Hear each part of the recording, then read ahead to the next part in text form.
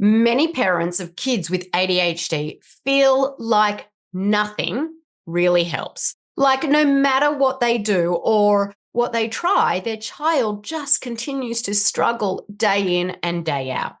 If you've ever felt like this, you're in the right place because in this video, I'm going to share effective ADHD parenting strategies. These strategies actually work. They've worked in my own son's life, but also in the lives of over 1,000 other families of kids with ADHD that I've worked with in the past 10 years. Now, if you're new here, welcome to our channel where we discuss holistic, natural ways to reduce ADHD symptoms in children. If you haven't yet hit that subscribe button, go ahead and do that now so you don't miss any future videos. I'm Dana Kay, a board-certified health and nutrition practitioner, and I specialize in working with families of kids with ADHD. Now, some people think of kids with ADHD as just being hyperactive or easily distracted. But really, ADHD is so much more than that. It's a complex neurodevelopmental disorder that significantly impacts a child's behavior, learning, emotional regulation, overall family dynamics, and just about every single relationship the child has. Parents of kids with ADHD often face daily challenges from managing their child's energy levels to navigating their educational needs and social interactions to dealing with those meltdowns, those tantrums over seemingly small things. It really can be all-consuming. And parents tell me over and over again that they are just so tired and they just want to find something that will actually move the needle. So that's what this video today is all about, giving you some strategies that will actually make a difference in your day-to-day life with your child with ADHD. So let's get started. As we get started, let me just explain the 3 different types of ADHD to any of you tuning in who might not already know about them. It's important to really understand ADHD because when we understand the disorder and how it affects our kids, we have greater empathy for them, don't we? So instead of viewing their actions as misbehavior, we begin to see them as they really are, as areas affected by their ADHD where they need more training and assistance with.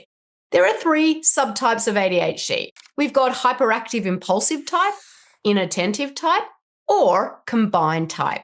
Children with ADHD hyperactive impulsive type primarily exhibit symptoms of hyperactivity and impulsivity, while their ability to maintain attention may be less affected.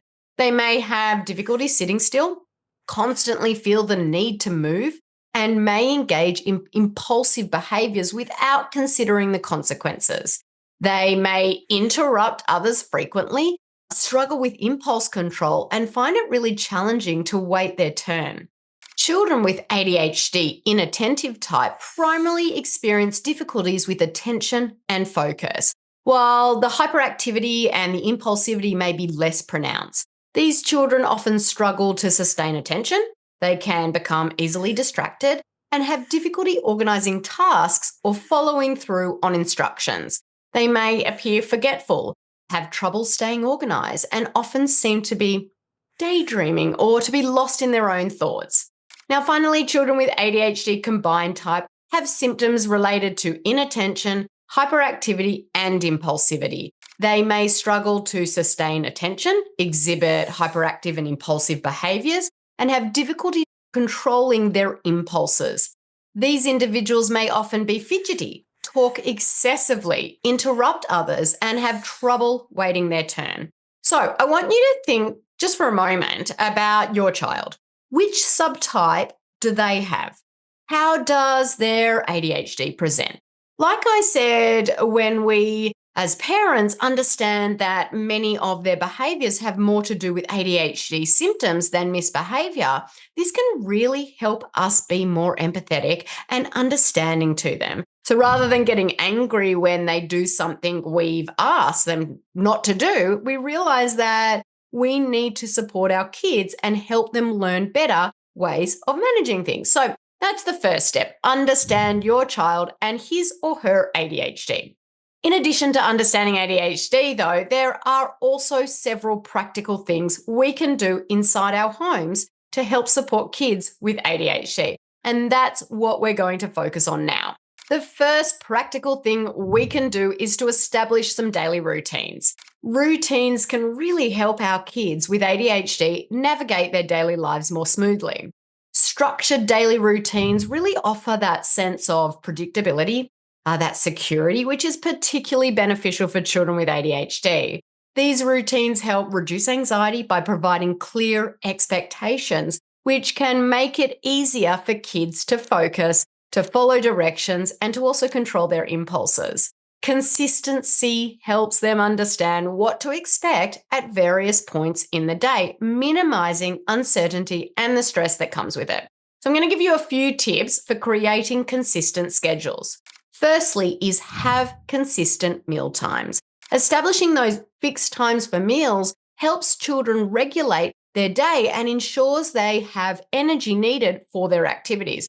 One thing many parents actually don't realize is that fluctuating blood sugar levels can actually create ADHD-like symptoms. So really having these consistent meal times where you are serving nutrient-dense foods can really help keep those blood sugar levels consistent throughout the day. Number 2 is having a consistent homework routine. Set a specific time and a specific place for homework. This not only builds a really good habit, but also helps your child to mentally prepare for the task at hand. Ensuring this space is free from distractions like television and non-essential gadgets. Next up is scheduling regular intervals for play and relaxation. We have a screen-driven culture here, and many kids don't spend much time outdoors or just playing, but play really is such an important part of our kids' development that I recommend building into your daily routine. Next up is maintaining a consistent bedtime. For sure, a regular bedtime routine is essential for ensuring our children get enough rest. Lack of sleep can also exacerbate ADHD symptoms, so having this consistent bedtime, even on weekends or holidays, can really set your child up for success throughout the day. Tip number 5 is using visual aids for routines. Visual aids can be incredibly helpful for children with ADHD and without ADHD. Consider using charts or planners to outline daily schedules. These can include pictures for younger children who aren't yet reading fluently. So, for example, a morning routine chart might include images of a toothbrush, clothes, and a breakfast plate to signify the order of morning activities. You can get apps and digital planners because they can also be effective for older children, which provides them with clear reminders and helping them keep track of their tasks. So far, we've talked about how important it is to understand ADHD-based behaviors. Understanding is really the first step to supporting a child with ADHD. Beyond that, we also talked about the importance of having a consistent routine for kids with ADHD. Now, let's focus more on some tips and tricks to help better manage those tricky ADHD behaviors. By using tailored behavioral management techniques, you can really help your child develop better self-control and improve their overall behavior. So you're probably wondering, what are these techniques? So let's start with positive reinforcement. One of the most effective strategies in ADHD parenting is positive reinforcement. This involves recognizing and rewarding desirable behaviors as soon as they occur. This positive feedback can motivate your child to repeat those good behaviors.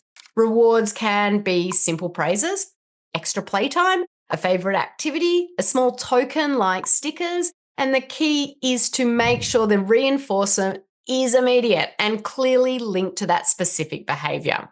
Positive reinforcement is also really important for kids with ADHD because they are often reprimanded so much more than their neurotypical peers, which is really, really sad.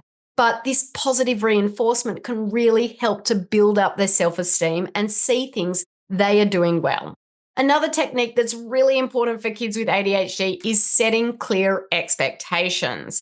Children with ADHD benefit greatly from having clear, concise, and achievable expectations. So this means explaining exactly what is expected of them in different situations, whether it's during mealtime, homework, or social interactions. You can use simple and direct language to outline these expectations and review them regularly to ensure your child understands them.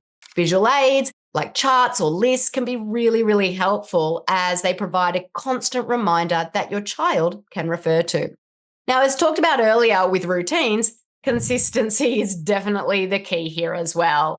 Consistency in rules and consequences really helps create a sense of reliability and structure, which is incredibly beneficial for children with ADHD. They need to know that the same behavior will produce the same response from you every single time. This predictability can help reduce anxiety and confusion, making it easier for them to understand and meet expectations.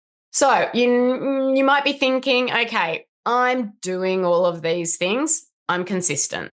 I'm using positive reinforcement. I'm clear in my expectations, and my child is still struggling.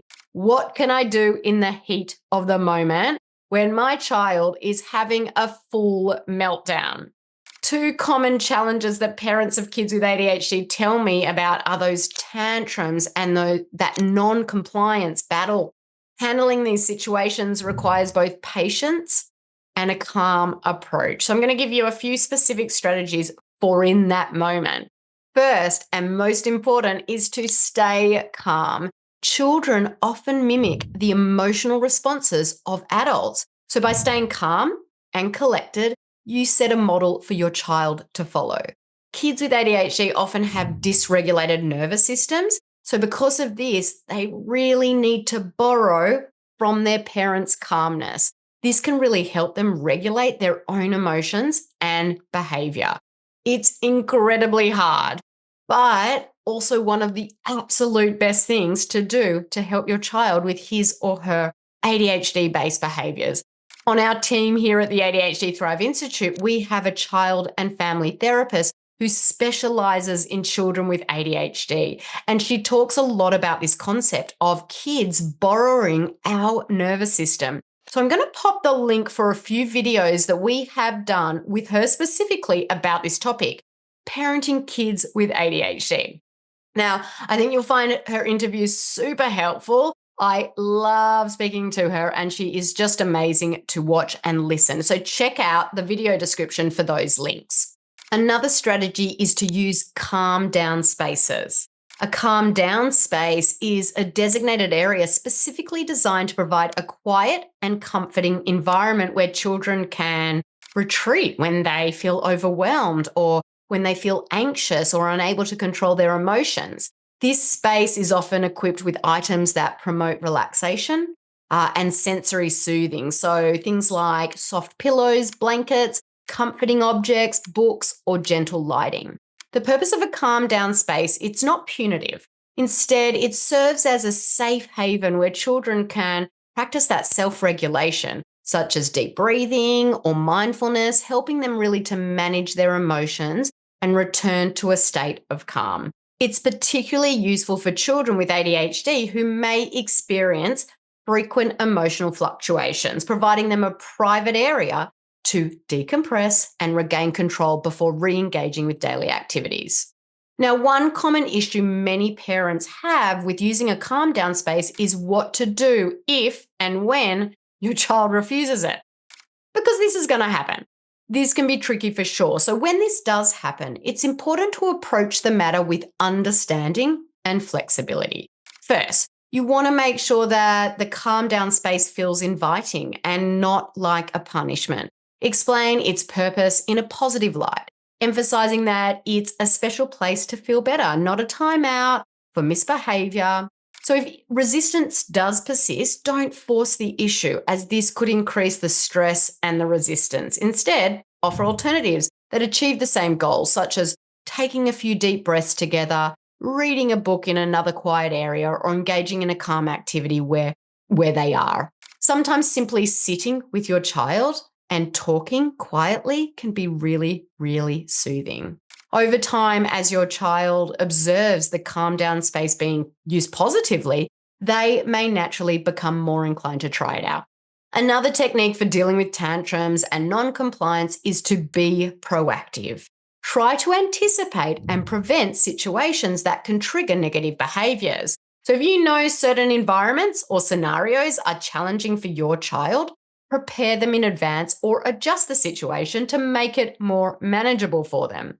One way I like to help parents be more proactive is to give them the ACT acronym. So ACT or ACT stands for antecedent, consequence, and teaching. So let's work through each letter of this acronym together. So antecedent, this refers to what happens immediately before the behavior occurs. Antecedents can be internal, they can be external, such as a request from a parent or a teacher, a change in environment, feelings of frustration, or even sensory overstimulation. So identifying the antecedent helps in understanding why a behavior might be occurring.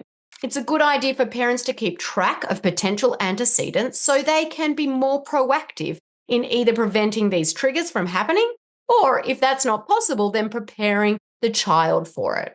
C stands for consequence. This is what happens immediately after the behavior.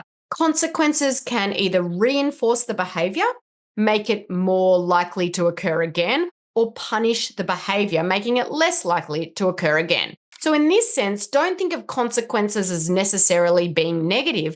They also include positive reinforcement like praise or rewards when their desired behaviors are displayed. T stands for teaching, and this involves using the insight gained from understanding the antecedents and the consequences to teach alternative behaviors. The teaching component really focuses on showing the child more appropriate ways to respond to the antecedents, potentially preventing the undesired behavior. This could involve role-playing, discussing various scenarios, or providing specific instructions on handling similar situations in the future. So now let's review really quickly what we've already discussed. We talked about the importance of understanding your child and setting consistent routines. We also talked about using positive reinforcement, setting clear and consistent expectations, letting our kids borrow our nervous systems, creating calm down spaces, and being proactive. When we combine these strategies with empathy and understanding, we can really guide our children towards more positive behaviors and an understanding of how to cope with their impulses. This helps them in the short term, but also builds skills that will benefit them throughout life. Now that we've covered how to support a child with ADHD at home, let's transition into another critical area, supporting the academic success. There are practical steps we can take to make this journey smoother and more successful. The first step is to collaborate with the teachers and school staff. Open communication with your child's educators really is the key here. It's really important to sort of establish a collaborative relationship with teachers and school staff to ensure they understand your child's specific needs. Regular updates and meetings can help you stay informed about your child's progress and any challenges they face. Sharing strategies that work well at home can also provide teachers with insights on how to support your child in the classroom. A second step you might want to consider is to develop an individualized education plan, which is called an IEP or a 504 plan. And these educational plans are created with the parents and the school together and basically lay out accommodations that will be really helpful for your child to be successful at school. I actually have a YouTube video where I explain the differences between a 504 plan and an IEP. So I'm going to pop the link to that video into the description below. Check that out because I think you'll find it super helpful to understand the difference. Now, here are some brief examples of things that a parent of a child with ADHD might want to include in an IEP or a 504. Extra time on tests. This really allows more time and it can help students with ADHD really show their true capabilities without that pressure of a ticking clock. Seating arrangements. Sitting away from windows and doors and closer to the teacher can help minimize distractions. breaks during classes. You can schedule breaks and it can help students reset and come back to tasks with renewed focus. There are lots more ideas in that video I mentioned, so definitely check that out and then discuss with your child's educational team which accommodations would best support their learning. Now, having explored ways to support academic success, let's shift our focus to another really important aspect of child development: social skills. Children with ADHD often encounter these unique challenges in social settings, which can really impact their ability to develop and maintain friendships. Here are a few ways that children with ADHD often struggle socially and some ways that you, as their parent, can help. Like I already mentioned, many children with ADHD have trouble making or keeping friends, and that's because they can sometimes come across as demanding if they insist on their own way. Children with ADHD can also struggle with turn taking and sharing, making friendships difficult at times. So here's what to do. You want to plan teaching opportunities where your child has the opportunity to practice taking turns and sharing. A weekly game night, for example. This can help them practice those skills that might be lagging. Some children with ADHD also have a difficult time picking up on those social skills. They might not even realize they are interrupting or doing something that bothers another person because they aren't picking up on the social cues the other person is providing. So here's what to do there. Role play can be very, very helpful in teaching children about how other people might be feeling. Parents can role play with children with Legos, dolls, action figures, puppets, and as you role play, talk about the way certain characters might be feeling as a result of the actions taken by another. Social stories can also really help children understand and navigate social interactions.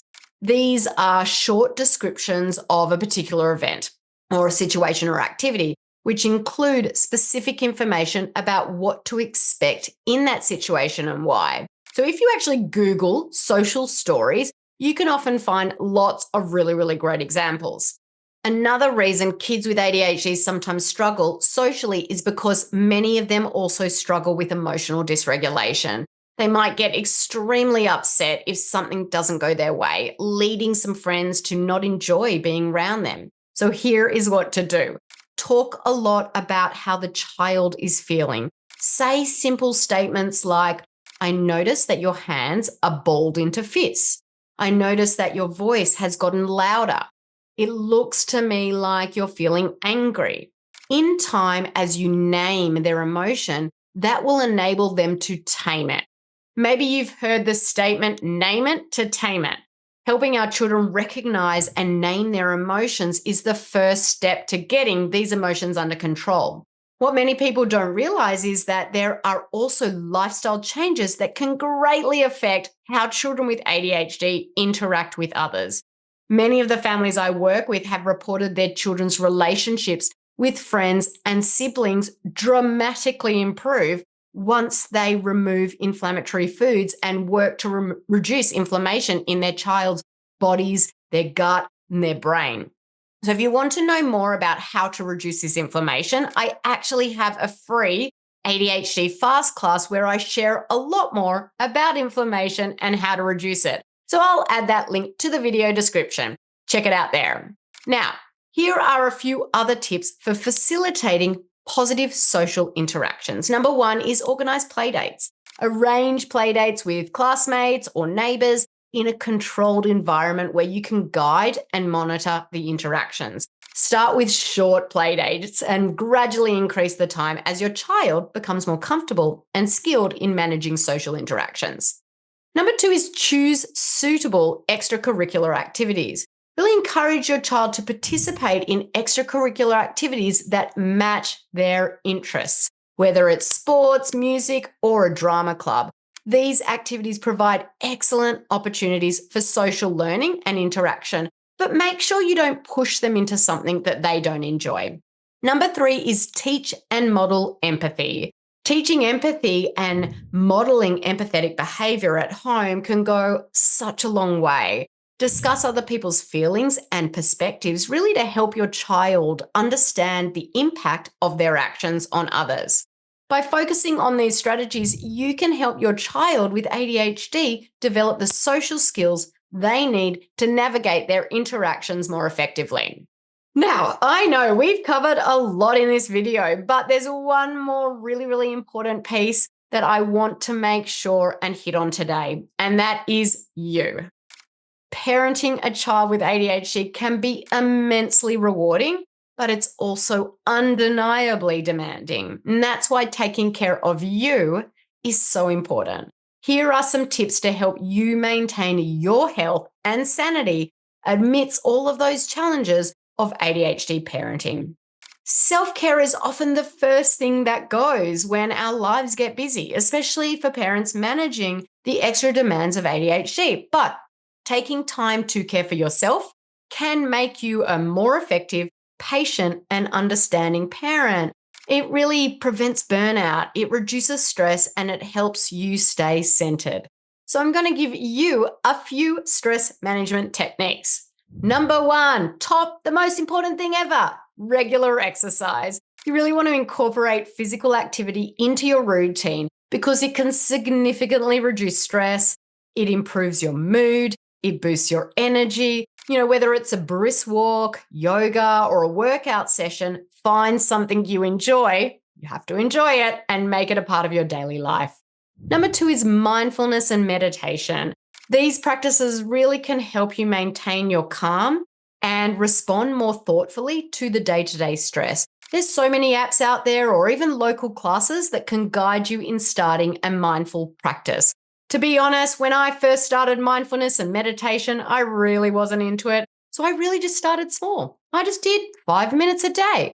And then as I built up and started to really enjoy it, I extended the amount of time that I did it. Tip number three is scheduled downtime. It's so important to schedule time for activities that relax and rejuvenate you. Reading, gardening, or even a quiet cup of coffee. Here we go. They can provide you a necessary break from the demands of parenting. Number four is finding support. Connecting with other parents who understand exactly what you're going through can be incredibly supportive.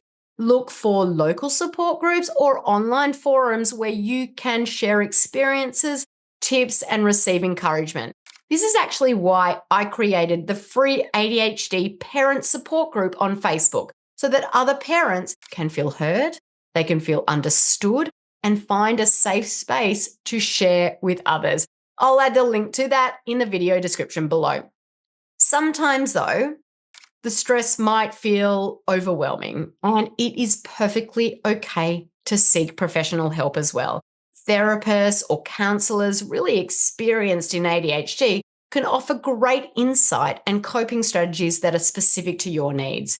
Engaging with a professional can really provide a space to discuss your challenges and frustrations in a supportive environment. It can help you develop strategies to manage your stress and maintain your mental health, ensuring you have the strength and the emotional capacity to care for your child effectively.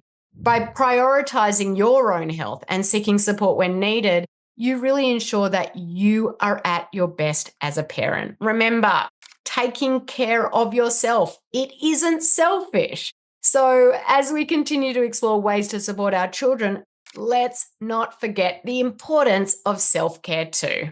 As we wrap up our discussion today, let's take a moment to recap the essential ADHD parenting strategies we covered. Okay, so we talked about routines, positive reinforcement, setting clear and consistent expectations, letting our kids borrow our nervous system, creating calm down spaces, and being proactive. We also talked about supporting academic success, developing healthy social skills, and finally, the most important, taking care of ourselves as parents.